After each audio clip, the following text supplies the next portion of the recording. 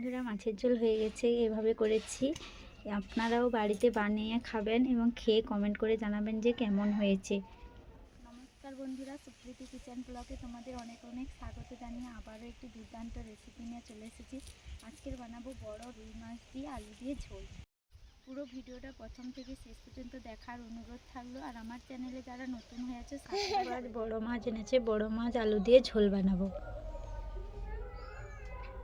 প্রথমে লবণ এবং হলুদ মাখিয়ে ভালো করে মাখিয়ে নেব। এদিকে তেল কড়াইতে দিয়ে দিয়েছি গরম হওয়ার জন্য।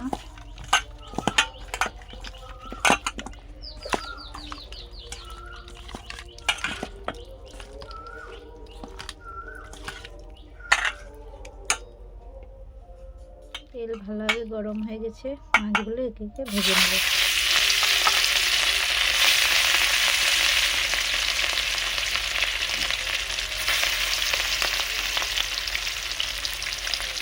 দেখো, মাছগুলো ভেজে নিচ্ছি।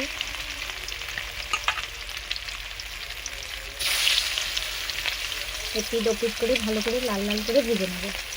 দেখো, মাছগুলো এপিট ওপিট করে লাল লাল করে ভেজে নিয়েছি।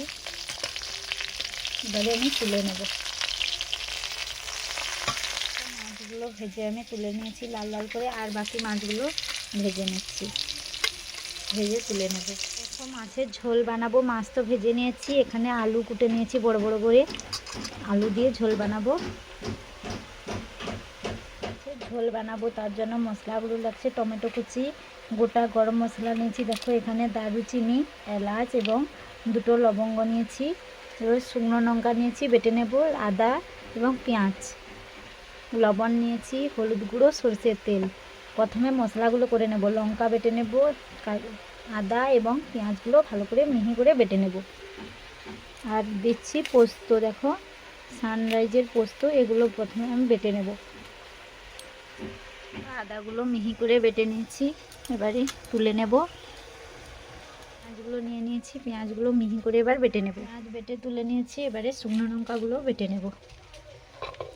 আমি একা ভিডিও করছি, তার জন্য পুরো ভিডিওটা তোমাদের দেখাতে পারছি না, কিছু কিছু করে দেখানোর চেষ্টা করছি। শুকনো লঙ্কাকে মিহি করে বেটে নিয়েছি, এবারে তুলে নেব। তো নিয়েছি পোস্তগুলো ভালো করে মিহি করে, পোস্তগুলো বেটে নিয়েছি, সব মশলা করে নিয়েছি। এবারে আলুগুলো প্রথমে কষে নেব। আলুগুলো ভালো করে ধুয়ে নিয়েছি, এবারে কষে নেব। আলুগুলো ভেজে নেব, তার জন্য তেল দিয়ে দিচ্ছি কড়াতে।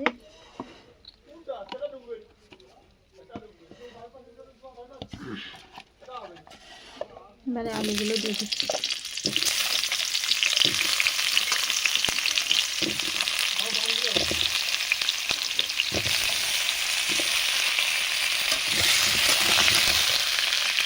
দিয়ে দেবো স্বাদ মতো লবণ।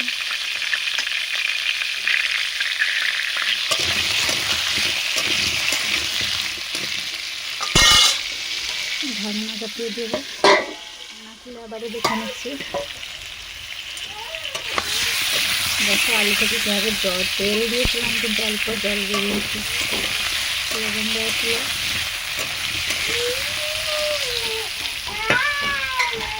এরপরে ওর মধ্যে দিয়ে দেবো হলুদ গুঁড়ো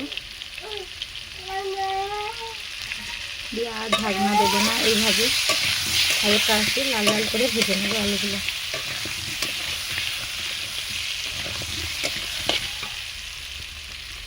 আলুগুলো দেখো লাল লাল করে ভেজে নিয়েছি, এবারে আমি তুলে নেব। দিয়ে দিচ্ছি পেঁয়াজ কুচি।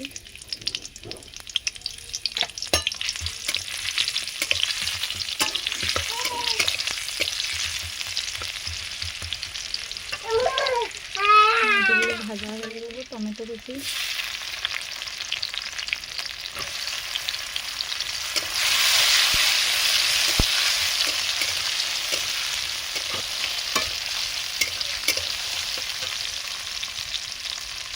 ভালো করে টমেটোটা গলে এলে তারপরে বাকি মশলাগুলো দেবো। দেবো শুকনো লঙ্কা বাটা, দিয়ে দিয়েছি শুকনো লঙ্কা বাটা, ভালো করে কষিয়ে নেব।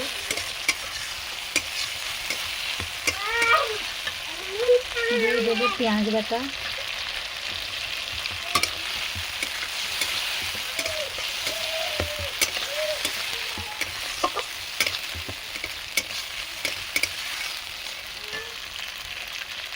দেবো আদা বাটা এবং পোস্ত বাটাটা দিয়ে দেবো। দিয়ে দিয়েছি সব কিছু মশলা, এবারে ভালো করে কষিয়ে নেব। দিয়ে দেবো স্বাদ মতো লবণ, হলুদ গুঁড়ো। ভালো করে মশলা থেকে তেল ছেড়ে আসছে দেখো।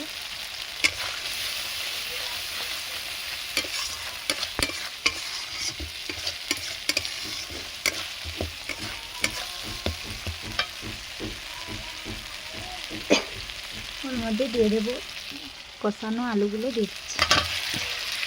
দিয়ে আবারও কিছুক্ষণ ধরে কষিয়ে নেবো মশলার সঙ্গে।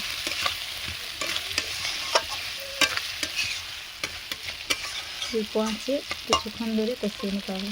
আলু এবং মশলা ভালো করে 15 থেকে 20 মিনিট কষিয়ে নিয়েছি। এবারে জল দিয়ে দেবো। এবারে জল দিয়ে দিচ্ছি।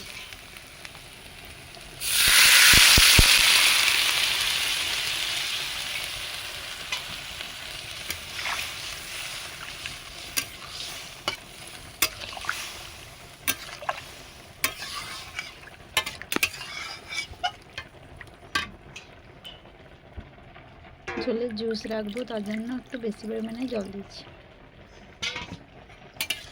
আপনারা যেমন জুস খেতে চান সেই মতো জল দেবেন।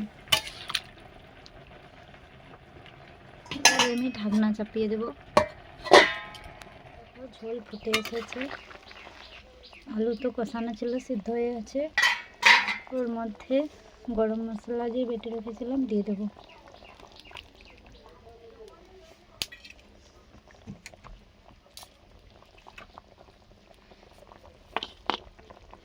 একে একে মাছগুলো ভেজে রেখেছিলাম দিয়ে দেবো।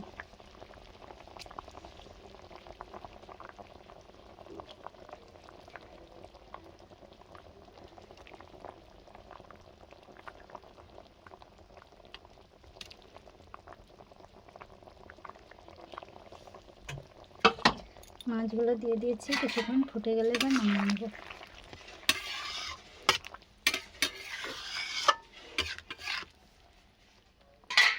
ঝোল হয়ে গেছে, আমি এবারে নামিয়ে নিচ্ছি। জুস করেছি, এবারে নামিয়ে নেব। মাছের ঝোল হয়ে গেছে, আমি নামিয়ে নিয়েছি। এইভাবে করেছি দেখো। এইভাবে ভিডিওগুলি যদি ভালো লেগে থাকে বন্ধুরা, প্লিজ একটু সাপোর্ট করো, লাইক করো। অনেক কষ্ট করে ভিডিওগুলো বানাচ্ছি, তোমরা কেউ সাবস্ক্রাইব করছো না। প্লিজ দেখে চলে যাচ্ছ, সাবস্ক্রাইব করে দেবে, তাহলে আবার নতুন নতুন ভিডিওগুলো দিতে আমার সুবিধা হবে। এখানে ব্লগটি শেষ করছি, আবার দেখা হবে একটি নতুন ব্লগ নিয়ে। ততক্ষণে তোমরা সবাই সুস্থ থাকবে এবং ভালো থাকবে।